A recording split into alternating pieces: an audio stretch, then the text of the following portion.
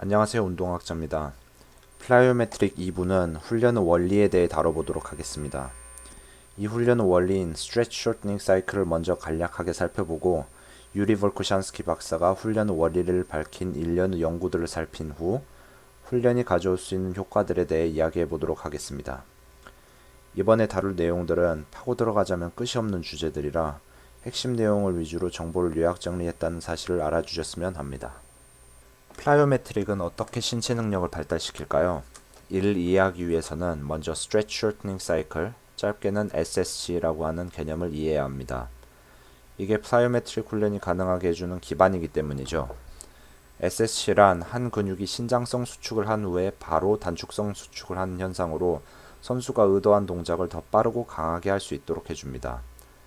아래의 그림과 같이 높이 점프하기 위해서는 신장성 수축이 일어나는 카운터 무브먼트, 즉 반동작을 먼저 실시하고 최대한 짧은 아모리제이션, 다른 말로 전환 단계를 거쳐 단축성 수축이 일어나는 극복 단계, 즉 본동작, 여기서는 도약을 실시해야 합니다. 그럼 SSC가 일어나는 단계를 지칭하는 용어들을 살펴보도록 하겠습니다. 이 용어들을 잘 기억하시면 다른 영상이나 스포츠 관련 자료를 이해하시는 데에도 도움이 될 겁니다. 근육의 수축을 중점적으로 볼 때는 각 단계를 eccentric, isometric, concentric contraction이라고 부르며 동작을 중점적으로 볼 때는 counter movement, amortization, overcoming 단계라고 부릅니다. SSC를 사용하는 동작의 예를 들자면 달릴 때 다리를 들어 올렸다가 내려 찍으며 앞으로 나가는 행위, 공을 던지기 전에 팔을 뒤로 당겼다가 던지는 행위, 스쿼트, 벤치 등을 할 때 중량을 내렸다 올리는 행위, 점프하기 직전에 자세를 낮췄다가 뛰어오르는 행위 등을 생각하시면 되겠습니다. 한마디로 거의 모든 스포츠 동작에 SSC를 사용한다고 보시면 될 것 같네요. 아래 도표를 보시면 반동작의 실시 여부와 방법에 따라 본동작의 파워 산출량에 생기는 차이를 알 수 있습니다. 이 연구는 다리를 굽혔다 펴는 형태의 동작에 대해 실시되었습니다. 그래프들의 X축은 시간이고 Y축은 만들어진 힘의 크기입니다. 제일 왼쪽의 그래프는 반동작이 없는 상태에서 바로 다리를 폈을 때의 힘의 크기를 보여줍니다. 파란색 곡선이 본동작 실시 시 측정된 힘의 크기입니다. 두 번째 그래프는 반동작 실시 후 즉시 본동작을 실시했을 때의 힘의 크기를 측정한 겁니다. 빨간색 부분은 반동작 도중 일어난 신장성 수축의 힘의 크기를 나타내고 파란색은 본동작의 단축성 수축의 힘의 크기를 나타내는데요. 첫 번째 그래프보다 훨씬 큰 힘이 발생된 걸 알 수 있습니다. 세 번째 그래프는 반동작 후 0.9초 정도의 시간을 두고 본동작을 실시한 것을 측정한 그래프인데요. 본동작에서의 힘 산출이 줄어든 걸 알 수 있습니다. 위의 관찰을 통해 스포츠 동작에서 최대 파워를 내기 위해서는 첫째, 본동작에서 최대한 강한 힘을 내기 위해서는 반동작을 실시해야만 하고, 둘째, 반동작과 본동작 사이의 시간을 최소화해야만 한다는 걸 알 수 있습니다. 이 반동작이 왜 본동작의 수축을 더 강하게 일으킬 수 있는지에 대해서는 한 4가지 정도의 가설이 있는데 정설이 나오면 나중에 다시 자세히 다루도록 하겠습니다. SSC에 대한 정보를 담아두고 이번에는 유리 볼코샨스키 박사의 연구를 통해 원형의 플라이오메트릭 훈련인 쇼크 훈련의 원리가 밝혀지는 과정을 따라가 보도록 하겠습니다. 1968년도에 볼코샨스키 박사는 스포츠 동작의 시작 위치가 본동작의 단계에 어떻게 영향을 끼친지에 대해 알아보기 위해 3가지 다른 시작 위치에서 최대 노력의 점프를 실시하는 실험을 했습니다. 첫 번째는 반동작 없이 쪼그린 상태에서 시작하는 점프, 두 번째는 강하고 빠른 반동작 직후 점프, 세 번째는 50cm 높이에서 낙하 후 점프였습니다. 아래 그래프는 각 점프 높이를 측정한 결과의 통계를 기록한 것입니다.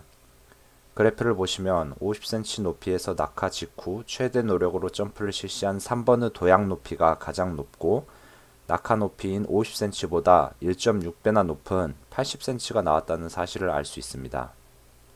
이번 그래프는 같은 실험을 실시했을 때 힘의 산출량과 그 시간을 각 케이스별로 표현한 그래프입니다. X축이 시간이고 Y축이 만들어진 힘의 양을 뜻합니다. 1번과 2번에 비해 3번 그래프가 훨씬 큰 힘을 훨씬 적은 시간에 만들어낸 것을 알 수 있습니다.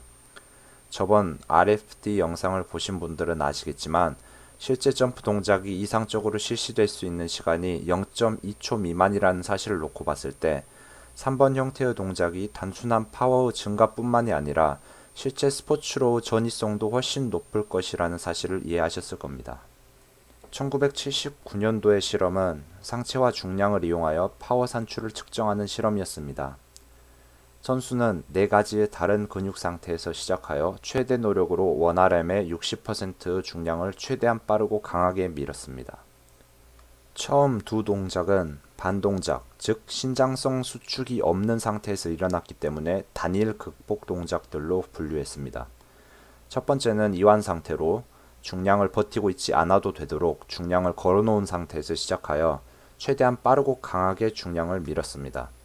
이건 이완 상태에서 즉시 단축성 수축이 일어나도록 한 겁니다. 두 번째는 중량을 팔로 버티고 있는 상태에서 최대한 강하고 빠르게 미는 겁니다. 중량과 동일한 등척성 긴장이 일어난 상태에 이어 즉시 단축성 수축이 일어나게 하는 것이었습니다. 다음 두 동작은 반동작을 실시한 후 극복 동작을 실시하는 것이었습니다. 세 번째는 중량을 버티고 있는 상태에서 반동작을 사용하여 최대한 강하고 빠르게 미는 것이었습니다. 이게 일반적 스포츠 동작으로 수위적 반동작 후 본동작을 실시하는 신장성 수축에서 단축성 수축까지 이어지는 모양입니다.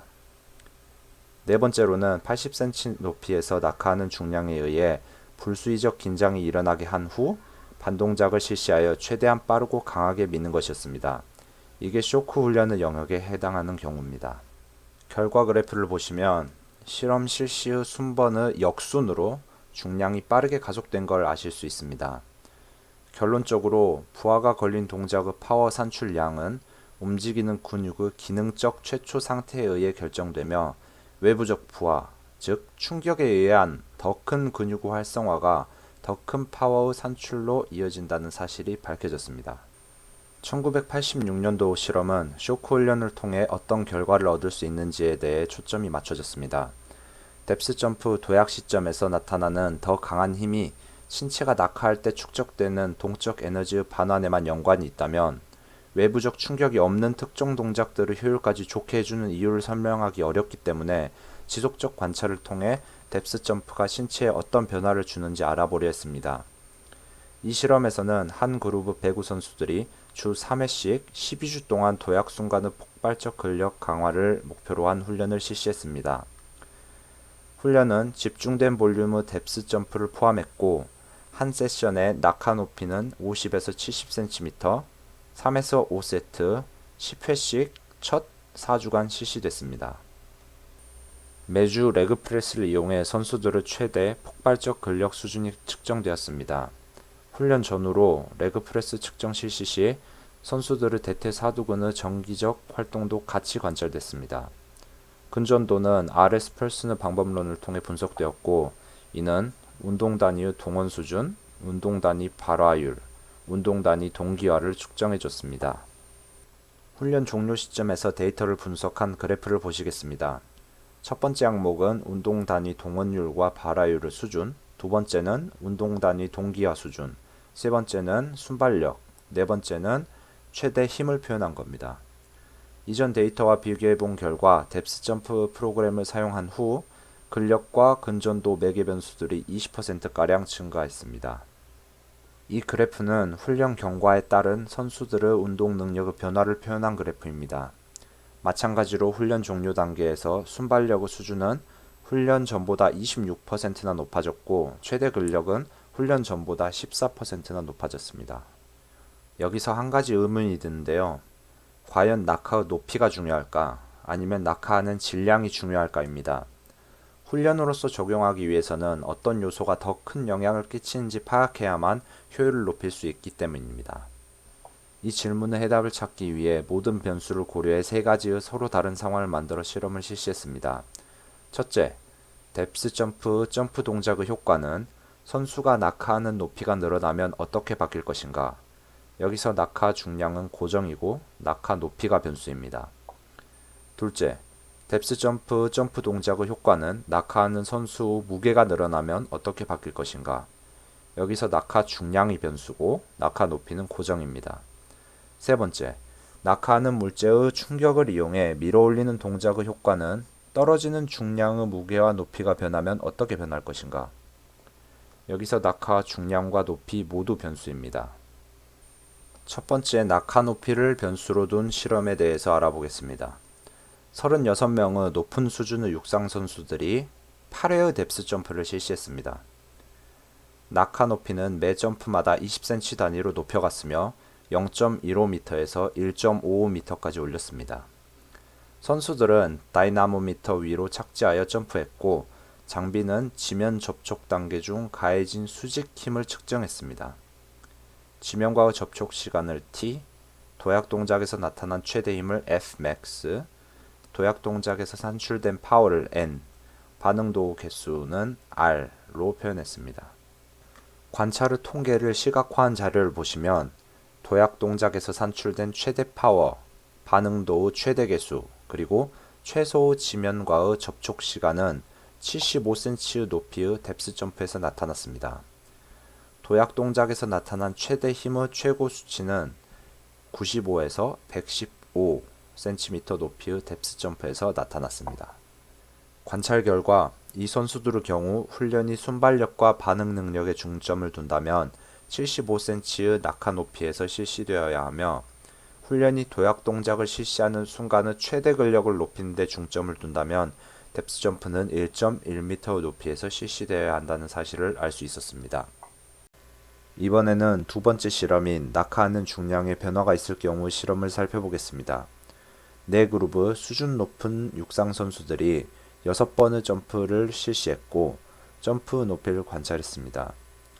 1번은 팔을 사용하지 않고 반동작을 사용한 점프, 2번은 0.4m의 높이에서 팔을 사용하지 않은 뎁스 점프, 3번은 0.4m 높이에서 양손에 5kg의 덤벨을 각각 들고 실시한 뎁스 점프, 4번은 같은 높이에서 20kg 바벨을 어깨에 올리고 실시한 뎁스 점프, 5번은 같은 높이에서 30kg 바벨을 올리고 실시한 뎁스 점프, 6번은 같은 높이에서 40kg 바벨을 어깨에 올리고 실시한 뎁스 점프였습니다. 관찰 결과 뎁스 점프 최대 높이는 중량이 없이 실시됐을 때 가장 높았으며 추가적 중량을 이용하는 것은 뎁스 점프 높이를 낮췄으며 결과적으로 반응 개수를 낮췄습니다. 즉, 뎁스 점프의 추가적 중량을 이용하는 것은 도약 동작의 효과를 늘려주지 않는다는 사실을 알아낸 거죠. 세 번째 실험인 중량의 무게와 높이 모두가 변수인 실험을 보겠습니다. 이 실험 내에서는 총 4번의 실험이 실시됐고 각 실험은 낙하 물체의 중량과 낙하 높이의 변화를 주며 실시했습니다. 극복 단계의 결과는 두 가지 요소로 측정됐는데 외부 충격에 의한 근육의 수축 수준과 긴장 속도의 증가였습니다. 관찰 결과 같은 중량의 낙하 높이를 점진적으로 늘려감에 따라 처음에는 밀려 올라가는 높이가 늘어나다가 일정 지점을 지나면서 줄어들기 시작했습니다. 각각의 무게에는 최대 높이를 낼 수 있는 최적의 높이가 존재하는데 중량이 높을수록 이 높이가 낮았습니다. 최대 도약 높이는 지면과의 접촉 시간이 최소화됐을 때, 즉 반동작에서 본동작으로 전환이 일어나는 기간이 가장 짧을 때 나타났습니다. 이 그래프는 낙하 높이와 무게에 따른 전환 시간을 관찰한 통계를 낸 도표입니다. 관찰 결과 낙하의 중량이 늘어남에 따라 전환 시간도 늘어났습니다. 같은 중량의 낙하 높이를 늘려감에 따라 전환 시간은 줄어들다가 늘어났습니다. 각 중량에는 전환 시간을 최소화시키는 최적의 높이가 존재합니다. 상대적으로 낮은 무게의 경우 낙하의 높이를 높여도 전환 시간이 늘어나지 않았습니다. 결론적으로 극복 동작의 효과는 물체의 무게에 따른 낙하의 높이에 의해 영향을 받았습니다. 볼코잔스키 박사에 의하면 아래의 세 가지 이유 때문에 이런 현상이 발생했다는데요. 첫째로는 낙하의 높이가 가져오는 날카로운 외부적 충격에 의해 중추신경계가 자극되기 때문이라고 합니다. 외부적인 힘의 영향으로 근긴장 크기의 속도를 높임에 따라 근육의 흥분 정도도 높아진다고 합니다. 흥분도는 기계적 자극의 크기가 증가하는 속도에 의해 결정되고요. 두 번째로는 근신전 반사를 들었습니다. 늘어난 상태의 근육을 수축시키는 것이 짧아진 상태의 근육을 수축시키는 것보다 더 큰 힘을 발생시킨다고 하고요. 근육이 일정 길이 이상 늘어나면 근신전 반사가 근육을 긴장시키며 줄어들게 만들려고 한답니다. 지속적 근수축의 상태 하에서 근신전 반사는 근육의 신장과 깊은 상관이 있다고 하네요. 세 번째 이유는 근육 내 탄성 요소들의 탄성적 반환 활동 때문이라고 합니다. 수축 요소들에 의해 만들어진 힘은 근육이 늘어난 후 짧아지는 것이 정적 수축 상태에서 짧아지는 것보다 큰 힘을 만들어낼 수 있다고 하고요. 신장과 수축의 간격이 짧을수록 의도한 동작의 퍼포먼스는 증가한다고 합니다. 이 사실들은 SSC의 묘사와 일치한다고 보실 수 있겠으나 외부적 충격이라는 요소가 본 동작의 강도를 높일 수 있다는 걸 밝혔다는 점에서 큰 차이가 있습니다. 쇼크 훈련의 원리를 정리한 월코샨스키 박사의 말을 들어보겠습니다. 이 훈련법의 핵심은 특수하며 철저하게 처방된 높이에서 낙하하는 선수의 신체로부터 축적된 동적 에너지에 의한 외부적 충격이 만든 근수축의 촉진에 있다. 낙하하는 신체의 저항은 짧은 동선에 걸쳐 멈춰진다. 이는 순간적으로 탄성적 잠재력을 생성하는 강한 근긴장을 일으키고 운동유연들의 고강도의 중추신경 충돌을 일으킨다. 이것이 신장성에서 단축성 수축으로 전환을 더 빠르게 만들어주어 더 강력한 수축이 일어날 수 있도록 해준다. 이건 쇼크 훈련의 과정이 묘사된 그림입니다. 다시 월코샨스키 박사의 말을 이어듣도록 하겠습니다. 쇼크 훈련은 근육의 운동에 자극을 더하는 비통상적 방법론이다. 이는 특이하게도 중량을 외부적 자극 요소로 삼지 않고 자유낙하하는 신체의 축적된 동적 에너지를 이용한다. 중량이 없는 상태에서 근육 긴장도의 크기는 의지라는 요소에 의해 가장 크게 좌우된다. 하지만 쇼크 훈련에서는 작용근의 활동이 강제된다. 중량을 외부적 요소로 이용한 동작에서 중량은 근육이 힘을 발생시키도록 보조하는 데 그치지만 쇼크 영역에서의 외부적 요소인 동적 에너지는 신체의 선천적 운동 자원을 동원하도록 강제한다. 만약 선수가 뎁스 점프 이후 최대한 높이 뛰어오르겠다는 의지를 가지고 수직 점프를 실시한다면 이런 요소들이 중추신경과 생리학적 시스템을 강제해 일반적인 한계치를 뛰어넘도록 만든다. 훈련 과정에서 이런 강제적 강도 강화는 어마어마한 훈련 자극이 된다.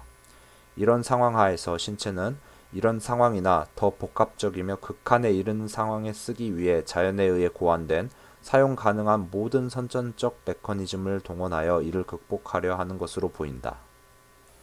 이런 원리에 의해 일반적 훈련들보다 큰 스트레스를 일으켜 신체를 더 짧은 시간 안에 더 강화시킬 수 있게 해주는 올바른 플라이오메트릭의 주된 효과를 몇 가지만 알아보도록 하겠습니다. 첫째, 더 많은 운동 단위를 동기화하기 위해 더 깊고 완벽한 신경 근육 자극을 허용하고 근육 간 협응력을 향상시켜줍니다. 둘째, 렌쇼 세포 억제 최대치를 높여주어 근육이 더 높은 빈도에서 활성화되는 것이 가능해지고 이는 백색 섬유의 선택적 동원을 가능하게 하는데 동기화된 운동 뉴런들의 중재 때문에 이런 일이 일어납니다. 셋째, 골직원 기관의 민감도를 낮춰 최대 수축 역치를 높여줍니다. 넷째, 더 많은 탄성 에너지 저장, 더 빠른 수축, 신경 근방추 효율을 높여줍니다. 다섯째, 건막 그리고 근육 내 연결 조직들을 강화시켜줍니다. 이번 영상을 통해 일반적 의미에서의 플라이오메트릭과 쇼크 영역에서 진행되는 플라이오메트릭의 차이점을 명확하게 이해하셨으리라 생각합니다. 이 훈련법은 신체에 더 큰 스트레스를 주어 더 짧은 시간 안에 더 큰 변화를 가져다 주는 것이 목표이기 때문에 준비되지 않은 상태에서 실시하거나 올바르지 못한 방법으로 실시하거나 과도하게 실시했을 경우 신체 능력의 향상은커녕 부상과 오버트레이닝을 불러오는 부정적 요소로 작용할 수 있습니다. 이런 이유로 다음 영상인 훈련의 적용법에서는 플라이오메트릭 훈련의 분류와 수준에 맞는 적용, 정확한 테크닉 등에 대해 다뤄 시간 낭비 없이 원하시는 결과를 빨리 볼 수 있도록 해보겠습니다. 감사합니다.